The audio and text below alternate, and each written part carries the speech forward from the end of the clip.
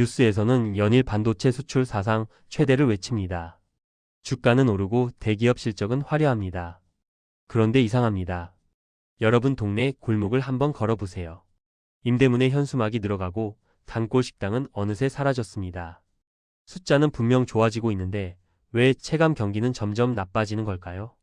이건 여러분의 착각이 아닙니다. 대한민국 경제에 거대한 균열이 생기고 있습니다.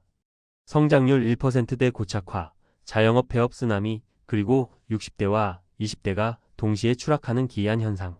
오늘 우리는 그 불편한 진실을 파헤쳐 보겠습니다. 올해는 좀 어렵지만 내년엔 나아지겠지. 많은 분들이 이렇게 생각하실 겁니다. 경기란 원래 오르락 내리락 하는 것이니까요. 하지만 지금 한국 경제가 맞닥뜨린 현실은 그런 낙관을 허락하지 않습니다. 이건 단순한 경기 침체가 아닙니다. 경제 체질 자체가 바뀌고 있는 겁니다. 한국은행이 발표한 잠재성 장률을 보면 충격적입니다. 2000년대 초반만 해도 5%대를 자랑하던 잠재성 장률이 지금은 1.9%까지 추락했습니다. 잠재성 장률이란 한 나라가 가진 노동력과 자본, 기술력을 총동원했을 때 달성할 수 있는 성장률입니다. 쉽게 말해 최선을 다해봐야 이 정도라는 뜻입니다. 비유를 들어보겠습니다. 예전에는 전력 질주하면 100m을 12초에 뛸 수 있던 선수가 이제는 아무리 노력해도 15초가 한계인 상황이 된 겁니다. 나쁜 컨디션 때문이 아닙니다. 체력 자체가 떨어진 겁니다. 더 심각한 건 이 추세가 멈추지 않는다는 점입니다. 저출생으로 생산 가능 인구는 매년 30만 명씩 줄어들고 있습니다. 설비 투자 증가율은 둔화되고 총요 소생산성마저 정체되어 있습니다. 성장의 세 가지 원천인 노동, 자본, 생산성이 모두 동시에 약해지고 있는 겁니다. 이걸 날씨에 비유하면 이렇습니다. 우리는 지금 올해 유난히 춥네라고 말하고 있지만 실제로 벌어지고 있는 일은 기후 자체가 온대에서 냉대로 바뀌는 것입니다. 잠깐 추위를 견디면 될 게 아니라 아예 새로운 환경에 적응해야 하는 상황인 거죠. 1%대 성장이 고착화되면 무슨 일이 벌어질까요? 일자리 창출이 어려워지고 임금 상승은 정체되며 복지 재원은 부족해집니다. 그리고 가장 먼저 타격받는 곳이 바로 내수와 자영업입니다. 대기업은 해외에서 벌어올 수 있지만 동네 가게는 국내 소비자 주머니에 의존할 수밖에 없으니까요. 그런데 이 위기 속에서 방향을 잡아줄 컨트롤 타워는 제대로 작동하고 있을까요? 배가 폭풍우를 만났습니다. 선원들은 분주하게 움직이고 있지만 이상하게도 조타실에 아무도 없습니다. 키를 잡고 방향을 정해줄 사람이 사라진 겁니다. 지금 한국 경제가 딱 그 모습입니다. 대한민국 경제정책의 사령탑은 기획재정부입니다. 이름에서 알 수 있듯 기획과 재정 두 가지 역할을 담당합니다. 그런데 현재 이 기획재정부에 장관이 없습니다. 정확히 말하면 탄핵 정국 이후 정상적인 경제정책 결정 구조가 마비된 상태입니다. 기획재정부 장관은 단순히 예산을 편성하는 사람이 아닙니다. 5년, 10년 후 대한민국 경제가 어디로 가야 할지 청사진을 그리는 역할을 합니다.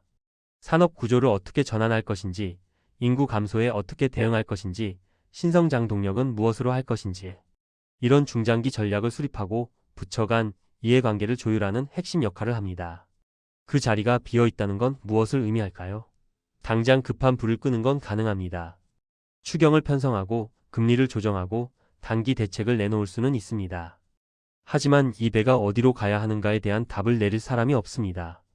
지금 한국 경제는 단기 처방이 아니라 체질 개선이 필요한 시점입니다. 잠재성장률 하락, 인구 구조 변화, 산업 재편.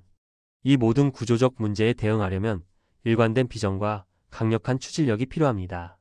그런데 정치적 공백 속에서 그런 결단을 내릴 주체가 부재한 상황입니다. 더 우려되는 건 이 공백이 언제까지 지속될지 모른다는 점입니다. 경제는 기다려주지 않습니다. 한 분기, 한 분기가 지날수록 대응이 늦어지고 늦어진 대응은 더 큰 비용으로 돌아옵니다. 방향타 없는 배는 파도에 이리저리 휩쓸립니다. 운이 좋으면 항구에 도착할 수도 있지만 대부분은 암초에 부딪히거나 표류하게 됩니다. 지금 한국 경제호가 딱 그 위험에 놓여 있습니다. 그런데 이상한 점이 있습니다. 뉴스에서는 분명 수출이 역대급이라고 하는데 왜 체감 경기는 이렇게 나쁜 걸까요? 그 비밀은 반도체의 착시에 있습니다. 대한민국 수출, 사상 최대 기록 경신. 이런 헤드라인을 보면 마음이 놓이실 겁니다. 수출이 잘 되면 경제가 좋아지는 거 아닌가요? 그런데 여기 충격적인 숫자가 있습니다. IT와 반도체를 제외한 한국의 성장률은 1.4%에 불과합니다. 반도체라는 화려한 조명 아래 감춰진 민낯입니다. 한국 경제는 지금 심각한 디커플링 현상을 겪고 있습니다. 디커플링이란 원래 함께 움직여야 할 것들이 따로 노는 현상을 말합니다. 수출은 호황인데 내수는 불황, 대기업은 웃는데 중소기업과 자영업자는 우는 기이한 상황이 벌어지고 있는 겁니다. 왜 이런 일이 생겼을까요? 반도체 산업의 특성을 보면 이해가 됩니다. 반도체는 자본집 약적 산업입니다. 수조 원을 투자해서 첨단 공장을 짓고 고도로 자동화된 라인에서 제품을 생산합니다. 매출은 어마어마하지만 실제로 고용하는 인원은 많지 않습니다. 그리고 그 이익의 상당 부분은 재투자되거나 주주에게 돌아갑니다. 과거 한국 경제를 이끌던 제조업은 달랐습니다. 자동차, 조선, 철강 산업은 부품 협력 업체가 수백, 수천 개에 달했습니다. 대기업이 잘 되면 협력 업체가 잘 되고 협력 업체 직원들이 돈을 벌면 동네 가게에서 소비를 했습니다. 이른바 낙수 효과가 작동했습니다. 하지만 반도체는 그런 연결고리가 약합니다.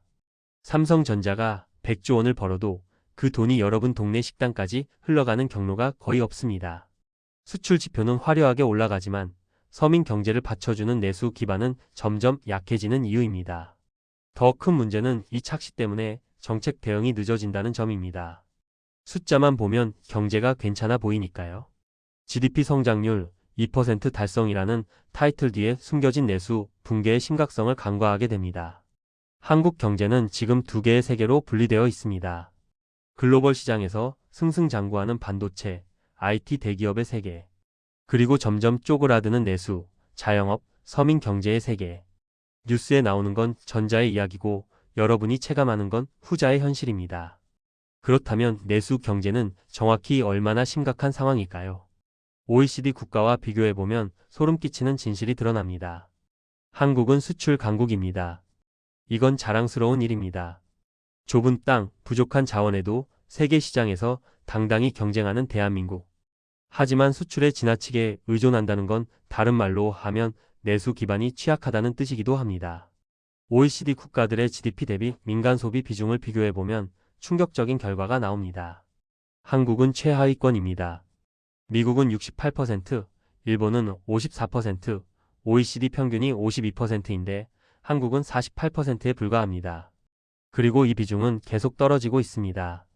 민간 소비가 GDP에서 차지하는 비중이 낮다는 건 무슨 의미일까요?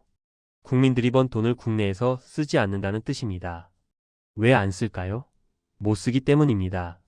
첫째, 실질소득이 늘지 않습니다. 물가는 오르는데 월급은 제자리입니다. 한국은행에 따르면 최근 몇 년간 실질임금 상승률은 사실상 제로에 가깝습니다. 쓸 돈이 없으니 소비가 줄어드는 건 당연합니다. 둘째, 미래가 불안합니다. 청년들은 취업이 안 되고 중년들은 언제 잘릴지 모르며 노년들은 연금이 부족합니다. 불안하면 지갑을 닫습니다. 돈이 있어도 저축하거나 보험에 넣습니다. 그 돈은 금융시장으로 가지 동네 가게로 가지 않습니다. 셋째, 가계부채가 너무 많습니다. 한국의 가계부채는 GDP 대비 100%가 넘습니다. 세계적으로도 손꼽히는 수준입니다. 빚을 갚느라 다른 데 쓸 여력이 없습니다. 소비 여력이 원천적으로 막혀있는 셈입니다. 이 세 가지가 복합적으로 작용하면서 내수 시장이 쪼그라들고 있습니다. 내수가 쪼그라들면 가장 먼저 피해를 보는 건 누구일까요? 바로 자영업자들입니다. 백화점이나 대형마트는 그래도 버틸 체력이 있습니다. 하지만 동네 식당, 동네 카페, 동네 미용실은 손님이 조금만 줄어도 치명타입니다. 한국에서 자영업자 비중은 전체 취업자의 약 20%입니다. OECD 평균이 15%인 것과 비교하면 높은 수준입니다. 이 많은 자영업자들이 줄어드는 내수 파이를 놓고 경쟁하고 있습니다. 파이는 작아지는데 나눠 먹을 사람은 많으니 결국 누군가는 탈락해야 합니다. 그런데 내수 부진만으로는 지금의 자영업 폐업 대란을 설명하기 어렵습니다. 여기에 세 가지 악재가 동시에 덮쳤기 때문입니다. 자영업자들은 지금 퍼펙트 스톰을 맞고 있습니다. 매출은 줄어드는데 비용은 치솟고 그동안 버티게 해주던 생명줄마저 끊어졌습니다. 세 가지 악재가 동시에 덮친 겁니다. 첫 번째는 인건비입니다. 최저임금은 지난 몇 년간 큰 폭으로 올랐습니다. 물론 노동자의 적정 임금 보장은 중요합니다. 하지만 문제는 속도입니다. 매출이 따라가지 못하는 상황에서 인건비만 급등하면 자영업자는 선택의 기로에 놓입니다.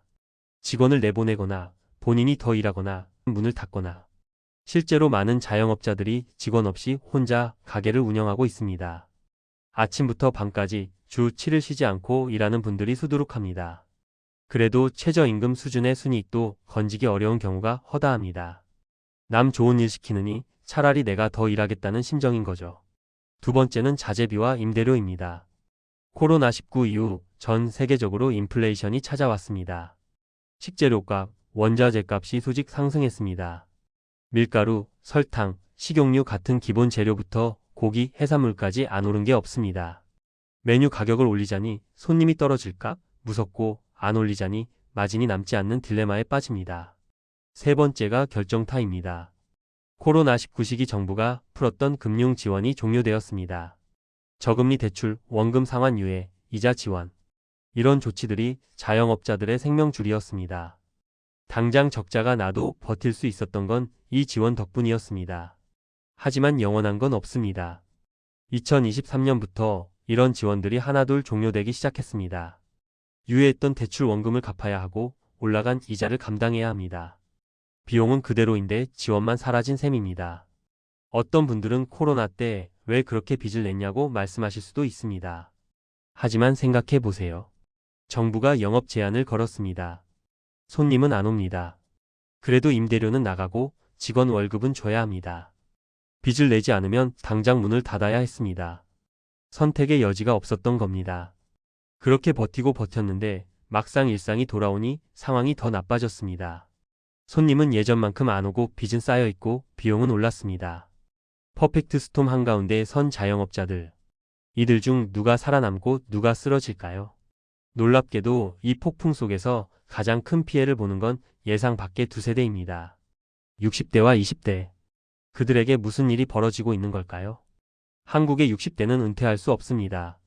정확히 말하면 은퇴가 허락되지 않습니다. 평균 수명은 83세를 넘었습니다. 정년은 60세입니다. 국민연금 수령 나이는 점점 늦춰져 65세가 되었습니다. 그 사이 5년의 소득 공백이 생깁니다. 연금을 받아도 평균 수령액은 월 60만 원 남짓. 이걸로 20년 넘는 노후를 살아야 합니다.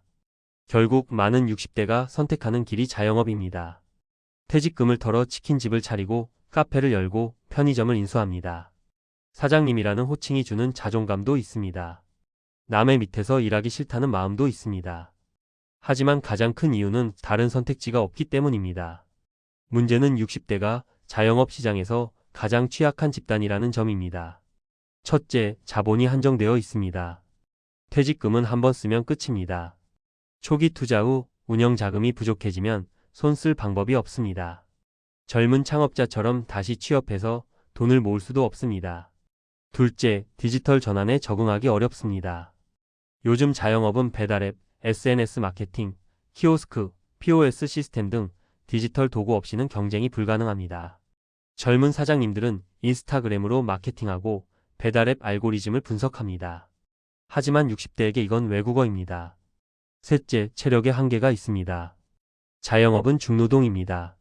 하루 12시간 이상 서서 일하고 무거운 것을 나르고 손님 응대를 해야 합니다. 30대, 40대도 지치는 일을 60대가 감당해야 합니다. 결과는 참혹합니다.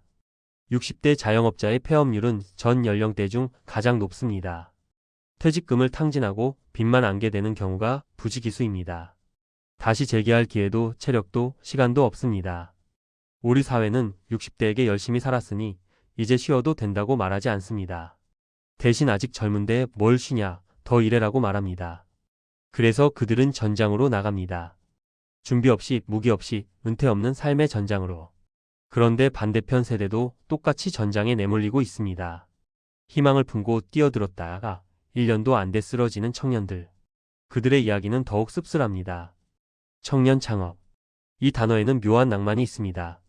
젊은 패기로 도전하고 혁신적인 아이디어로 성공하고 자기만의 길을 개척하는 이미지. 정부도 청년 창업 지원을 외치고 미디어는 성공한 젊은 CEO들을 띄워줍니다. 하지만 현실은 다릅니다. 청년 자영업자의 1년 내 폐업률은 전 연령대 중 가장 높습니다. 희망을 품고 시작했다가 채 1년도 버티지 못하고 쓰러지는 청년들이 넘쳐납니다. 왜 청년들은 창업에 뛰어들까요? 대부분 선택이 아니라 밀려난 결과입니다. 한국의 청년 실업률은 공식 통계보다 훨씬 심각합니다. 통계에 잡히지 않는 쉬었음 청년, 아르바이트로 연명하는 불안전, 취업자까지 합치면 실제로 제대로 된 일자리를 구하지 못한 청년은 체감 실업률로 20%를 넘습니다. 양질의 일자리는 턱없이 부족합니다. 대기업 공채는 좁아지고 중소기업은 박봉에 열악한 환경입니다. 공무원 시험은 몇 년째 낙방입니다. 그렇다고 부모님께 손 벌리기도 한계가 있습니다. 결국 내가 뭐라도 해보자는 마음으로 창업에 뛰어듭니다. 문제는 준비가 안 되어 있다는 겁니다. 자본이 부족합니다. 퇴직금이 있는 60대와 달리 청년에게는 초기 투자금이 없습니다. 대출을 받거나 부모님께 손을 벌려 시작합니다. 운영자금은 더더욱 없습니다. 장사가 조금만 안 되면 바로 자금난에 빠집니다. 경험이 부족합니다. 가게 운영은 생각보다 복잡합니다. 재고관리, 인력관리, 세무, 마케팅, 고객 응대. 이론으로 배운 것과 실제는 완전히 다릅니다. 한두 번 시행착오를 겪을 여유가 없는데 시행착오 없이 성공하기란 불가능에 가깝습니다. 네트워크가 없습니다. 자영업은 결국 관계의 비즈니스입니다. 좋은 거래처, 단골 손님, 동네 상권의 노하우. 이런 것들이 쌓이려면 시간이 필요합니다. 하지만 청년에게 그 시간이 주어지지 않습니다. 1년 안에 문을 닫은 청년은 무엇을 안고 가게 될까요? 빚입니다. 그리고 실패의 기억입니다. 이력서에는 자영업 경력이 적히지만 기업들은 이를 플러스 요인으로 보지 않습니다. 청년은 더 깊은 수렁에 빠집니다. 60대는 은퇴할 수 없어서, 청년은 취업할 수 없어서 자영업에 뛰어듭니다. 전혀 다른 이유로 같은 레드오션에 뛰어든 두 세대. 이 비극을 끝내려면 어떻게 해야 할까요?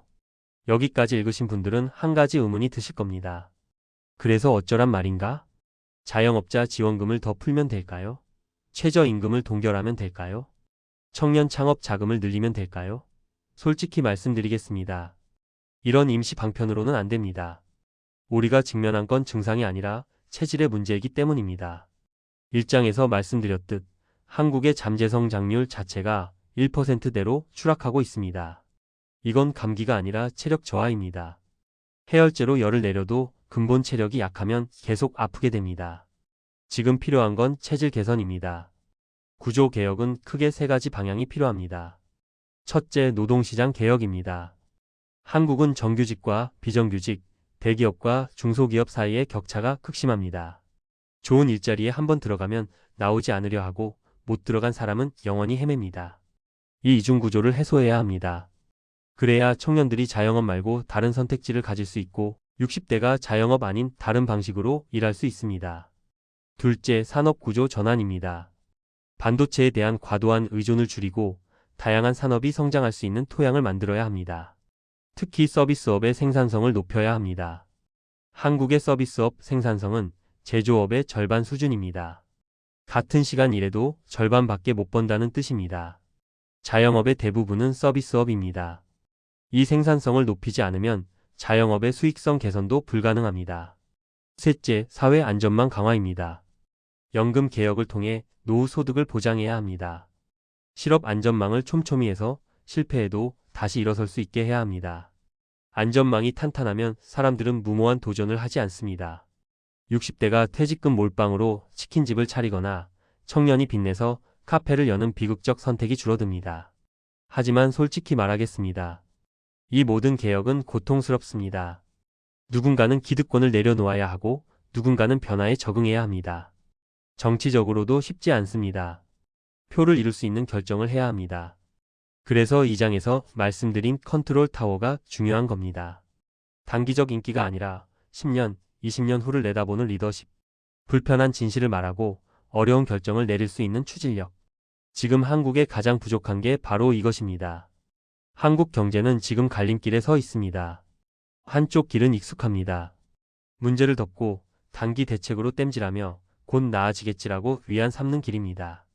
하지만 이 길의 끝에는 더 깊은 겨울이 기다리고 있습니다. 다른 한쪽 길은 험합니다. 불편한 현실을 직시하고 고통스러운 개혁을 감내하며 체질을 바꾸는 길입니다. 당장은 힘들지만 이 길의 끝에는 봄이 있습니다. 오늘 이야기의 주인공인 자영업자들은 지금 이 순간에도 가게 문을 열고 있습니다. 손님이 올지 안 올지 모르는 불안 속에서 빚을 갚을 수 있을지 걱정하면서 그래도 내일을 위해 오늘을 버티고 있습니다. 그들에게 필요한 건 동정이 아닙니다. 일시적인 지원금도 아닙니다. 그들이 정당한 노력으로 정당한 대가를 받을 수 있는 경제구조. 실패해도 다시 일어설 수 있는 사회 안전망. 그것이 우리가 함께 만들어가야 할 답입니다. 1%대 성장의 겨울은 이미 시작되었습니다. 다음 겨울이 오기 전에 우리는 선택해야 합니다.